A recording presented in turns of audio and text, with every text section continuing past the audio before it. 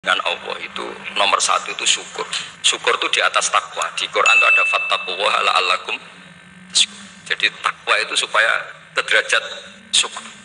Kalau Nabi membahasakan kalimat thayyibah yaitu la ilaha illallah Muhammadur Rasulullah, itu kalimat yang otoritas kebenarannya itu absolut, pasti benar bahwa alam raya niki gadah pangeran ingkang asmanipun Allah Subhanahu wa taala. Tapi pengamalan niku, pengamalan la ilaha illallah itu harus ditalkin, diajarkan oleh orang yang spesialis ya, orang yang benar-benar mempunyai maslak. Maslak itu cara sampai kepada Rasulullah Shallallahu Alaihi Wasallam.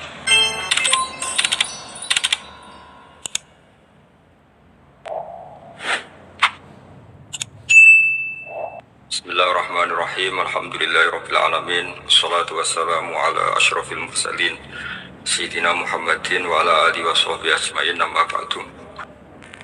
Dengan Allah itu nomor satu itu syukur. Syukur itu di atas takwa. Di Quran itu ada fattaqullaha la'allakum tashkurun. Jadi takwa itu supaya ke derajat syukur.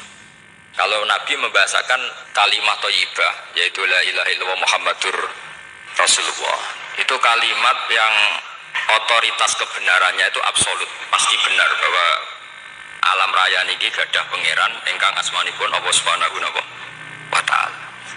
Tapi pengamalan niku, pengamalan la ilaha illallah itu harus ditalkin, diajarkan oleh orang yang spesialis ya, orang yang benar-benar mempunyai maslak.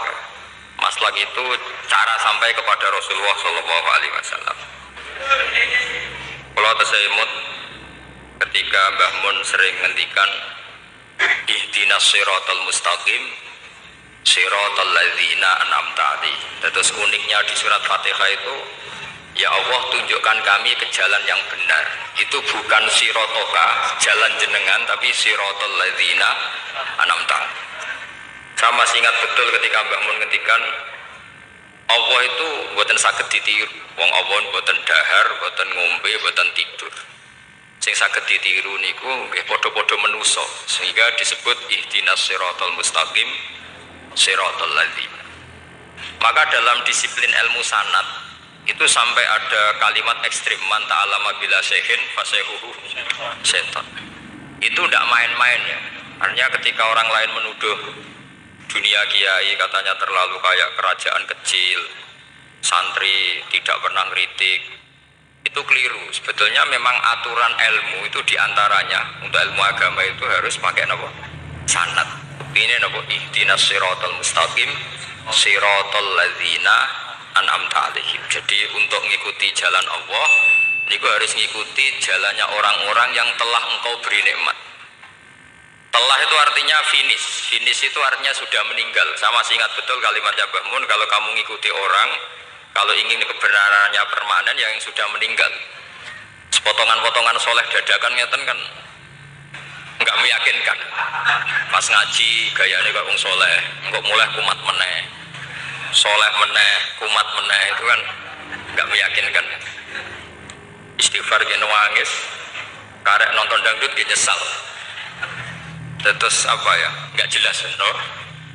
Terus gak kasil maksiat ya nyesal, gak kasil toat gitu nyesal. Itu nanti ikut partai wa akhiruna atarafu bidunubihim kholatu amalan sholihah wa akhiruna sayyi'ah. Jadi orang-orang zaman akhir itu nyampur aduk antara kebaikan dan keburukan. Kayak sampean sering sholat saf awal itu ya baik, tapi ya ono sombongi. Maksudnya ono sombongi, kowe iku sapa wani kok ngarep. Maksudnya itu ya ribet kan. Makanya ada wali jadi wali itu karena kalau sholat itu di belakang. Alasannya aku izin mbek pangeran sawane kok ngarep. Jadi ilmu itu macam-macam. Bapak Rian sering dawuh, nek ana wong istiqomah ngimami masjid itu ya apik. Tapi nek keseringan ya perkarane ambisi mau digenti. Jadi istiqomah itu nek keterusan itu ya dadi ambisi. Mulane gak jelas ngimami masjid terus itu istiqomah apa mau digenti. Artinya apa? Hidup ini gak jelas. Justru gak jelas itu bagus karena ketok menusane, napa? Ketok Sehingga dalam ilmu fikih itu lucu. Kalau cerita wali-wali top Abdullah bin Umar niku semadzhab dengan Abdullah bin Abbas. Mboten seneng urip teng tanah haram. Ketika banyak ulama, banyak sahabat seneng hidup di tanah haram, alasannya sholat di tanah haram itu seperti 1000 nawa sholat. Tapi yang dipikir beliau bukan sholatnya, maksiat di tanah haram juga lipatannya sama. Maka rumahnya Abdullah bin Umar itu pas ning perbatasan. Nak sholat di bojone ning tanah haram, nak tukaran metu. Jadi ono area tukaran itu dikondisikan steril, jadi masyhur itu. Jadi beliau nak lagi mesra di bojone wiridan teng tanah haram, nak tukaran metu sih. Baru tukaran secara meyakinkan karena sehingga kita di Indonesia sebenarnya punya sisi yang luar biasa karena kita ada maksiat di tanah haram. Jadi bisa saja kita ini orang keren karena tidak pernah maksiat di tanah haram.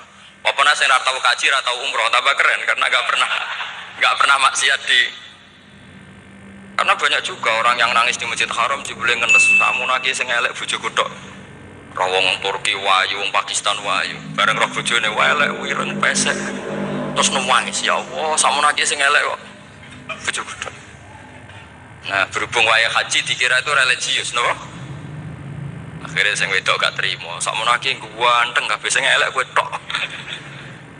Makanya di haji itu pangeran nyindir faman faradha fihinnal hajja fala rafatha wala fusuqa wala jidala bil hajj. Itu pakai fi ku ing dalem. Jadi potensi maksiat kalau kaji itu fi. Justru pas haji itu pas potensi maksiat. Wong tenggene matof niku nggon tawaf niku. Wis masyaallah wong ayu ki pirang-pirang, wong ganteng ki pirang-pirang. Terus mari geger, mergo rebutan ngambung hajar macam-macam. Jadi pulau suwon istihad, ya napa istihad itu harus kita dengar. Jadi di antara mazhabnya ulama, termasuk Abdullah bin Abbas itu nempat di Taif. Taif itu dari Mekah 3 jam. Alasannya nggak ingin kalau terjadi apa-apa di tanah napa haram. Kita tahu Ibnu Abbas itu mengalami konflik politik dengan Abdullah bin Zubair. Itu ekstrim betul konflik dua beliau. Akhirnya beliau milih nggak di tanah haram. Wis tukaran-tukaran lah nak ning tanah. Maksudnya geremeng, buat tukaran bacaan geremeng sidik nara ning Masjid Haram. Artinya jangan kira orang di Indonesia terus ndak hebat, ya hebat, punya sisi nggak maksiat di tanah haram. Ya misalnya sholat kok ngarep nang Masjid Haram, jebule salate ya Allah sini wong. Wis kok ngarep ben paling afdol, jebule paling keliru coba. Mulai takbir yo keliru plus seudon. Haji Indonesia nu nak sofa walu niate rada elek. Sudah sih mau coba bismillah tau ora tau tak go ngarep gitu. Kalau yang kesekian kali ditanya gitu. Jadi niate go ngarep kepen ngetes sudah sih mau coba bismillah tau ora. Lu ngapain wape sholat atau wape seudon? Bantah-bantah. Aku krungu dhewe tau kok ngarep pancen ra maca. Sing kok guri ora maca tapi lonton ora caku kok ngarep ya kepen krungu nyatane ora. Jadi kok ngarep terus kedua niate iku balapan ngambung Hajar Aswad. Jadi sholatnya kok ngarep. Sekali salam langsung melayu ngambung Hajar Aswad. Ibu niat apa niat elek raro. Tapi tidak semua yang di sofa wal itu niatnya baik. Tapi niat tidak baik itu kadang baik. Itu saking apiane pangeran. Kalau kenangan cerita dari Mbah Mun yang paling saya kenang itu gini. Dulu wono santri nakal. Ya jadi udah dulu tok saya luwih akeh. Tapi sawangannya cerita kan kudu dulu karena sejarah itu syaratnya harus diomongkan dulu. Jadi aku rada kecewa sejarah itu dulu ono santri nakal, saya itu luwe akeh. Niku kepengen nginceng ninge mergo ning wayu. Niku dhisik jarang ning sepeda motor ngalor ngidul ning pasar Bangilan jarang. Dadi nek kepengen roh iku kudu dadi bakul banyu.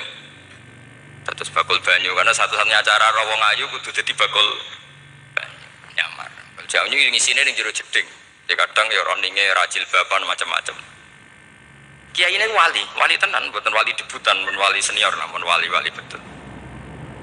Nah, sama saya jadi wali kan serono kuota wali, segelem ragelem jumlahnya supaya tetap ada terus diangkat nonton mawon wali. Itu bertahun-tahun. Kiai